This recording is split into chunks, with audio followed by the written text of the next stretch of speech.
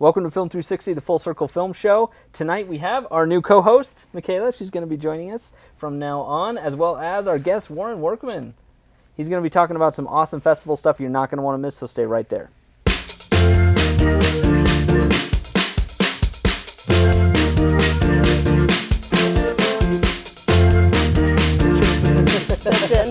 All right, we're having a little dance break. All right, this is a show, we just barely wrapped up the Utah Film Festival last weekend. Yeah. And Warren is in charge of lots of film festivals, but that's the biggest one in Utah, other than Sundance. Which one is that? No, yeah, that other minor festival. A festival that shan't be named. Anyway, so I'm excited to hear about lessons that you learned at this year's festival. Well, you know, after having such a long festival, my brain got fried, so I had to write some of them down. If that's all right, I'm gonna have to pull up the little list here. Well, the very first one, this is one I found from all festivals, but filmmakers just, you know, it just has to be reiterated. Show up. If you're going to submit to a film festival, show up, for Pete's sake. That really happened? It really happens. I mean, a lot of them have kids, so maybe that's why they didn't show up. But throwing shade. Throwing shade. I have 3, and they all came. Just saying. But show up. If you're going to submit the money, show up. Be there at the festival. Be there for the Q&As. Be there for the workshops. Especially be there for your own screening. I mean, that just makes sense. Otherwise, what was the point of even submitting? If you can't be a part of that festival, you may have well just put it up on YouTube or something like that for how much you're going to actually get out of it for FaceTime and actual connections. Awesome. So that would be my very first one. The next one is something that we've found over time.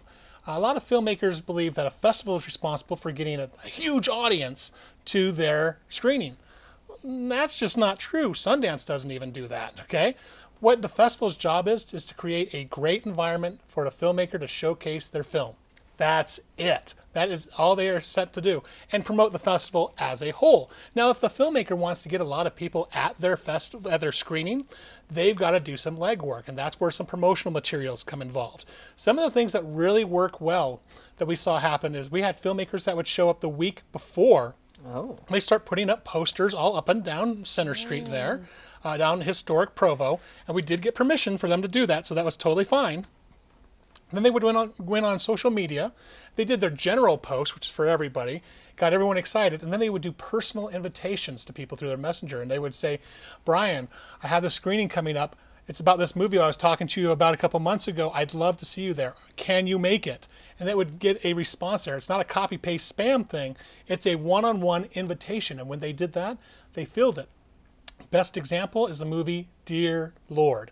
That film had a premiere, and it was packed. We had hundreds of people in the audience, and they went nuts over that film. If you want to pack the audience with a bunch of screaming fans that are all about your movie, that's how you do it. Well, and Dear Lord, in my opinion, the cast and crew of that movie did a phenomenal job in surrounding the production with people who were just super pumped about it, like beyond anything I've ever seen. Maybe they were super pumped, and the whole group of Inglewood Films, which I hope comes on Film 360 sometime soon. I need to get them. They are fantastic. They are so supportive of each other, and just reaching those filmmaking dreams. Those are the types of filmmakers that we just want to latch onto, because they have envisioned with their product, with the films they want to do, what we want to do with our film festival. So our visions are very much aligned. And so we want to just keep on working with people who have those same thought process and work ethic in place. So people like Inglewood Films, they've figured it out. Other things you should do is if you're going to a festival that you're not natively from. Yes. So we had a lot of people who were not from Utah who attended. Probably half our audience, which was several hundred people, came from outside of the state. Wow. We had 2 people who did not schedule their time well. And so they came for the festival about when it was about later in the evening on Friday. And then they had to leave Saturday morning. So they didn't get to stick around for the award show or anything like that. So they really cut their trip short. Now we had other filmmakers that have been here before. And so they're like, okay, I know I need to spend some extra time. They spent an entire week in Utah. They hit all the main hotspots. They went up to Park City. They hit the This Is the Place Monument.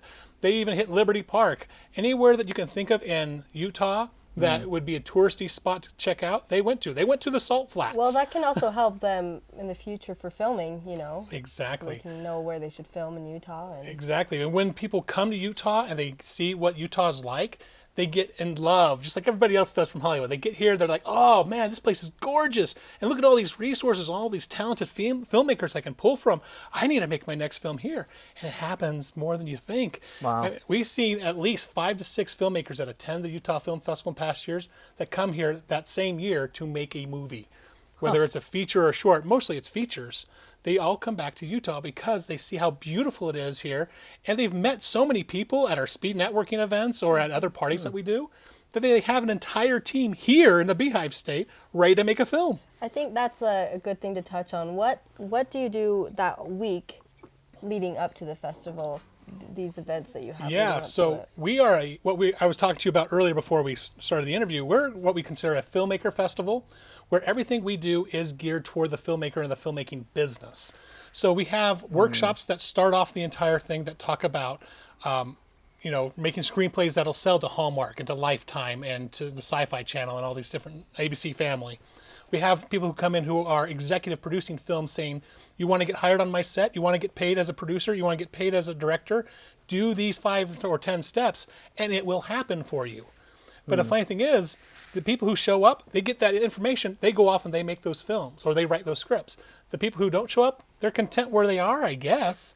They're okay working that job they say they don't like, but they're not willing to take the time off to invest in the knowledge they need to make that next step in the filmmaking. Seems kind of silly to me. When does the first event happen so people can know when to start? The very first event is always Friday, usually around noon or 1 o'clock. And the reason why it's on a Friday instead of a Saturday is because that's when professionals are in the office. And so when the professionals are at the office, they don't want to take their weekend to come in and teach people for free. They want to come in on their normal work day. They'll go ahead and drop their knowledge bombs on you right then and there. And then they're going home to their families because they do this every single day, 365 days out of the year. They want to have a weekend. Yeah. This is not their hobby. This is their job. And so that's why they are only there during those regular business hours. And then we have the networking events that happen after those workshops.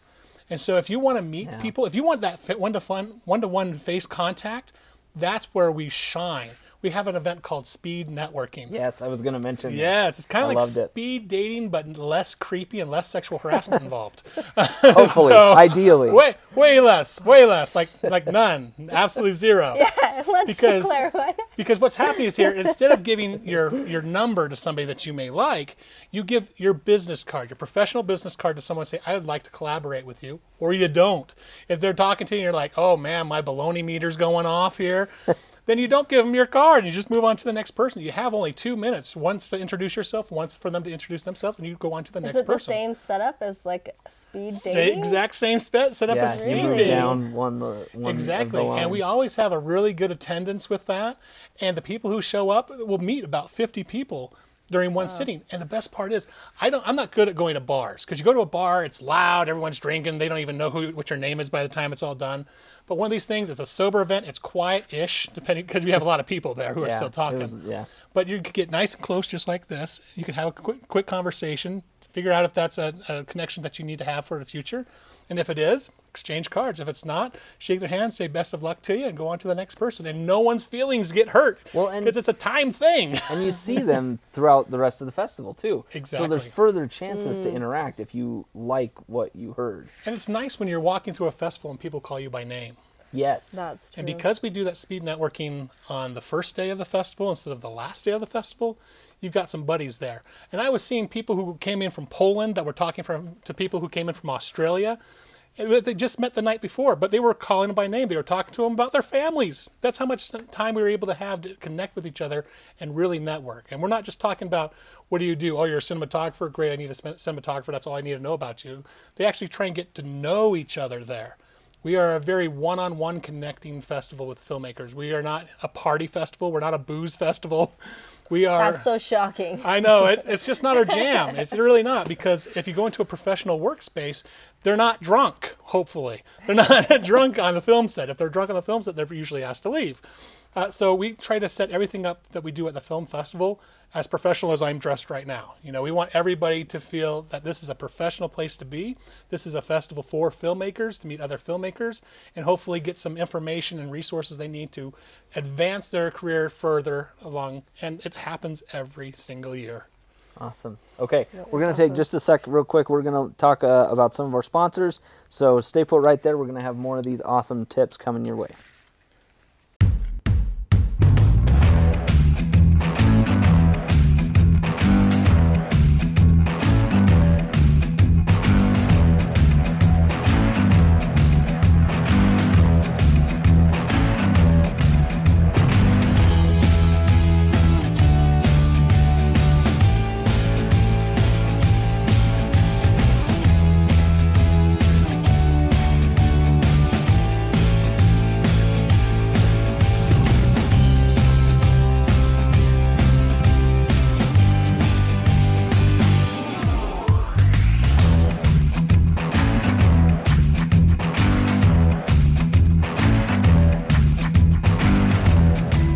Peter is self-employed. He works hard to provide for his family, but he's found it almost impossible to provide them with decent health care. The cost of insurance keeps increasing while the coverage decreases, so Peter spends more to get less. And even with insurance, he often avoids taking his family to the doctor because of high deductibles. It's hard to get a timely appointment, and it's even harder to fork out hefty copays when visits rarely last more than 10 minutes. Enter Voyage Direct Primary Care. For one low monthly fee, Peter can provide his family with easy access to their own personal doctor, who specializes in caring for the whole family. Voyage Direct Primary Care is like the Netflix of medicine, but instead of unlimited movies, members get unlimited relaxed office visits, easy access to their doctor via text, phone call, video chat, and even an occasional house call. Say goodbye to copays and deductibles. Say hello to affordable, personalized healthcare. Voyage Direct Primary Care is fixing healthcare.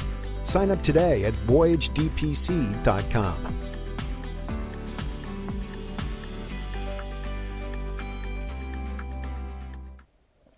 Welcome back. We are going to cover some more great ground. So what are some of the other lessons you learned this festival? Well, this is something that happens at every single festival, everywhere. When you submit your film, make sure that your submission is complete. Now, I'm not just saying that you didn't have like a director's bio. I don't care less if you have a director's bio. We have some people who will put on the project file onto their submission, password protect it, and not share with us what the password is. Like, well, that's great. Can't see it. And so we'll try to reply to them. But then we go to their contact information. There's no contact information. There's no email, no phone number, no way to do smoke signals or carrier pigeon. I have no way to get a hold of this person. So their film just gets dumped. These are the same people who didn't write their name on assignments in high school. This really is. And they already paid, right? And they just lost money. paid. And some of these people are paying hundreds of dollars in multiple categories. I'm like, you didn't think that your name would be important? Wow. Or that an email at the least would be important? And that's the other thing is when we have people who are submitting, they put in some odd names on there. That's not their own. It'll say it's directed by Brian Randall, right? Okay. But then they'll say this is being submitted by Pink Fluffy Wombat Rainbow. That's the name of their company. So whenever we do any correspondence, we're like, "Hi, I'd like to talk to Pink Fluffy Combat Rainbow, please." It's like, who is it? Who are we talking to? This isn't a real name, right? You're not singing in Australia, it might. No, it's not. It's not.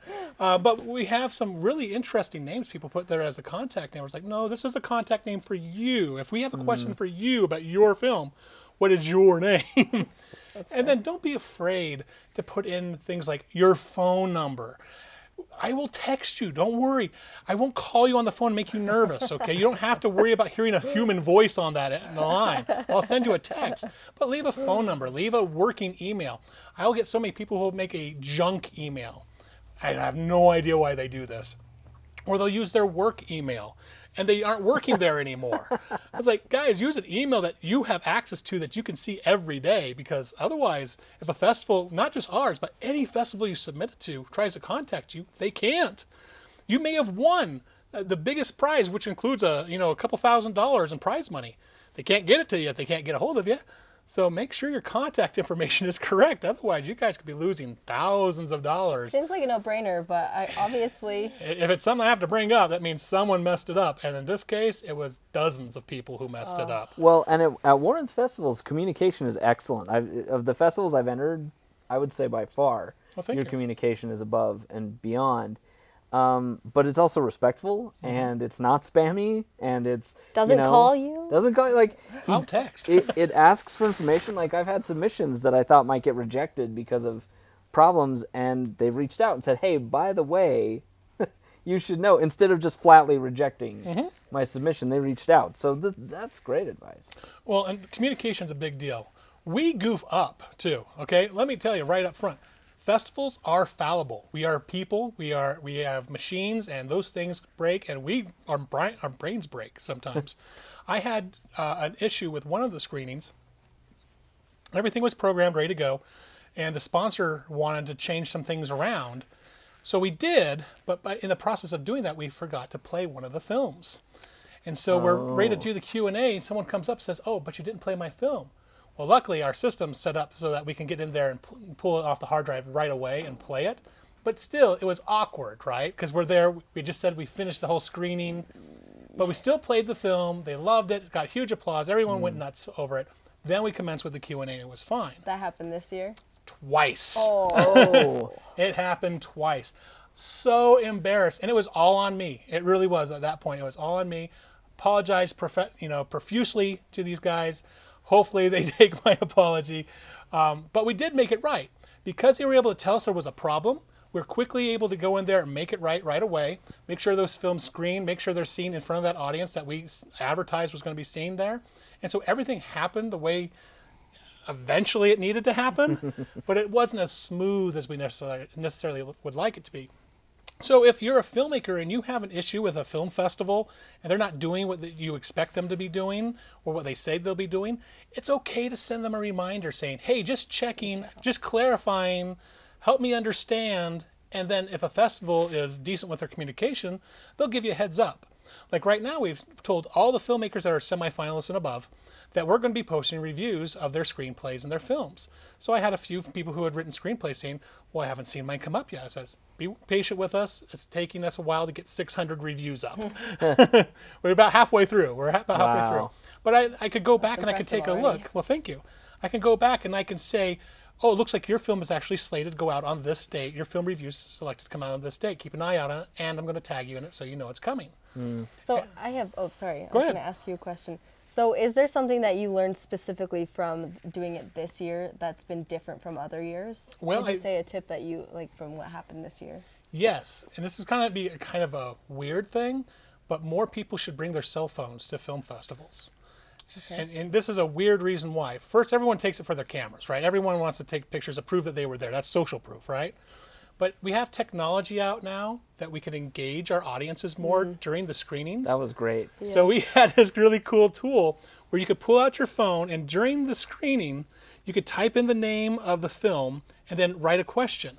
Once the screening's over, all the questions appeared up on the screen. That's awesome. And so we were able to go through and actually interact with everybody in almost real time, right there in the theater, all using your phone, different technology. One of the things I really want to recommend to everybody is to always have an acceptance speech, even if you're not nominated for something. Yes, please. And it's not because of the awards ceremony at all. If someone goes up and they say, oh, I don't have an acceptance speech, I don't know what to say, have an acceptance speech all the time anyway, even if you're not nominated, because it does one special thing. It reminds you of everybody who helped you get to where you are right now. It sets that point of gratitude in your heart that you're like, I didn't do this all by myself. If I had to go up there and give an acceptance speech, who would I thank right now? Who do I have the gratitude right now? And because you have that already in your mind or written down on paper, whether you win or not, you are able to experience that gratitude on right here. I'm telling you, it will change your entire outlook on festivals. Yeah. And here's why I bring it up. Recently, this morning, I got the email that a competition that I was in, that FilmQuest was in as well, I did not win. I was totally bummed that I didn't win.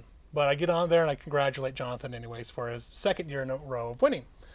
At the same time, I'm sitting there and I'm writing a thank you to everybody who helped make the festival what it was this year. And so even though I was bummed that I didn't win, I had a list of about 100 people that I wanted to thank for making this year so special. And that changed the entire paradigm for me right there, because I was able to get out of my pity party and get in where I didn't win to knowing that I did win, because I made an incredible event with some incredible people, and I'm excited for next year. We already got about 300 submissions. Whoa. Wow. How many did you get this year? A little over 6,000. And how many did you get last year? Just like to show 900. how much. Wow. I knew. Wow. In 1 year, it grew that much? That much. That's great. Wow. That's fantastic. Why do you think that is? Well, one of the big things we changed up was we started posting reviews of the films early. Pretty much as soon as people would send them in. We had 4 film reviewers. We're down to 3 right now, 3 full-time reviewers. And all they do is watch movies and write the reviews. And so they do about 25 a week each. So we have 75 films that we can go and report on each week. And when we get a little high on our submission count coming through, we have to hire more, otherwise we won't hit the deadline. Yeah. But we start posting any of the reviews that got above a 7 on their scores. So they were positive reviews. And we only post positive reviews. If it was a stinker of a film, odds are we're not going to post that review. We just won't post that review, period.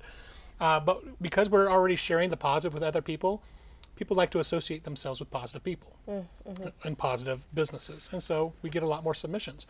Their friends share their post. They're like, oh, that sounds cool. I wonder what they think about my film. And they submit that over to us as well. And it just increases our submissions, 6 times over. Wow. Wow. Impressive. That is impressive. It's been pretty busy. It's very labor intensive. It's very cost intensive, but the end result is the filmmaker had a positive response, which is our main goal. Yeah. And we keep on getting bigger and better every year. So as long as we're hitting all of our main goals, and if people want to see what all of our goals are, just hop onto our Facebook page at the Utah Film Festival and Awards. You can see our story and read what kind of festival we are and what kind of festival we always want to be. And they'll have a pretty good idea of what they can expect from us. Great. Okay, what's next? What's next? Wow. We have the Park City International Film Festival's coming up. That's a free film festival to come take a part of. It's up in Park City at the Jim Santee Library, one of the venues for Sundance.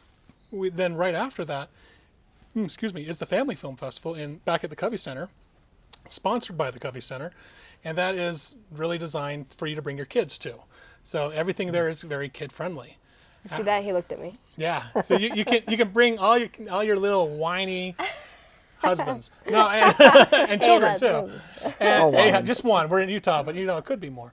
But then we have after we're done with that, we move into web series. We have a web series festival, and we have a music video festival as well to conclude the year. And then we'll be back in the Philippines right after that. Busy. Yeah. No rest for the poor, I guess. If I don't want to stay poor. Just have to keep working. Just have to keep working all the time. That's great. Or Okay. Workman. Gotta live up to the name. Someone knew what they were talking about, or it's just in the genes. I don't know. And the Web Series Festival's entering year 2, right? Web series is entering year 2. We're still trying to figure Exciting. out the venues on that one. We fell in love with Fountain Green, Utah. Yeah. They have a great little theater space down there, and they really opened up their arms to us down in that area. But it is an hour south of Utah County, which is 2 hours south if you're looking at everywhere else. So it's kind of a commitment if you're going to get there. So we're looking at some other options just in case, maybe even moving it up to Salt Lake. But yeah, that one's coming up here really soon. That one was really well received. But our Utah Music Video Festival, or Utah Music Video Awards, that one is probably our second largest event. And that one is strictly music videos. So if you've got a music video out there and you want to have our own little Grammy party, that's pretty much what we do. When is that? When is the It's in submission September. deadline? The submission deadline would be in August. Yeah, so it's coming up here. But you can go to Utah Music Video Awards or Utah Music Awards, either one, and it'll pull it right up there for you, give you all the information, and enter right now. We have so many submissions from all over the world, but not a whole lot from Utah, which But is take typical. a lot of these tips that he's been giving you. Yeah, make Complete sure your submission. put your name on it. your contact. Put your correct contact information. Don't password protect something without the password in there. If it's a music video, you shouldn't password protect it anyway. I mean, you want people to see a music video. Yeah. Yeah. And then the next thing is after we're all in the next month or so, we're actually taking a new approach to the film festival space. We're taking a cue from Sundance here. Sundance has their own SVOD apps where people can watch Sundance Right. films. We're going to do it a little differently, though. We're going to do what's called an AVOD, which is an advertised video on demand, or a free film channel. And we're doing it both on Roku and on Amazon Fire. So if anybody's interested to look at those apps, it'll just be under Utah Film Festival. We'll be inviting filmmakers to participate that scored really high from our judges, even films that didn't screen at the festival. So it'll be interesting to come and take a look at some of those here in the next 30 days or so.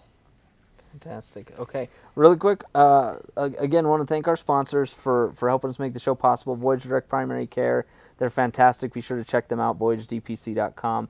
Also, Summa Business Law, our new sponsor. They're awesome. If you need help with contracts, legal stuff, they got your back. So thanks so much to them, and of course, Creative Stream for letting us use this awesome space. But before we wrap up, we want to say a special thank you to Warren for everything he does. For not just for coming on the show, but for the Utah film community. He's nervous, you see. And for the Utah Film Festival. Oh, it's your pleasure. So Absolutely. we have a little something for you. For me, This goes back it's to... a paper bag. It is a paper bag with Oh, my something in it. favorite. I love paper bags, especially You were large complaining ones. earlier that there was no bacon. So there That you is the have it, most friends. glorious trophy. I'm going to have to take a little selfie with that one. That is the most glorious thing ever. Okay, well, I have to try this. Warren posts about two things on Facebook, bacon and movies. I want to eat this right now. I'm going to put it right there because if I don't put it away from me, I'm going to start eating it right Who away. actually made it? Oh, that I was didn't. me. You did it? That was you? Oh, I Oh, made you that. win. Last time you That came is- on, I told you there'd be bacon next This time you came back. is the most excellent trophy. I actually think I mentioned that I needed to make a trophy that was out of bacon one time. My question And is, you are you just going to did eat it. it, or are you going to keep it that way? No, I got to eat some of this here. Maybe I'll eat the parts that's falling off. I don't know. Oh, that's good bacon. That's not fake bacon at all. You cooked that well. You cooked that really good. Well, thanks so much for joining us on Film 360, and be sure to check us out next week. Make sure to like us on Facebook, and we're also on YouTube on Black Hat Media Utah is the channel. So check us out there. And Warren, again, thank you. And Well, thank you. You just might get bacon wrapped trophies. That's true. So. So we'll see you next week. Coolest thing ever. That's awesome.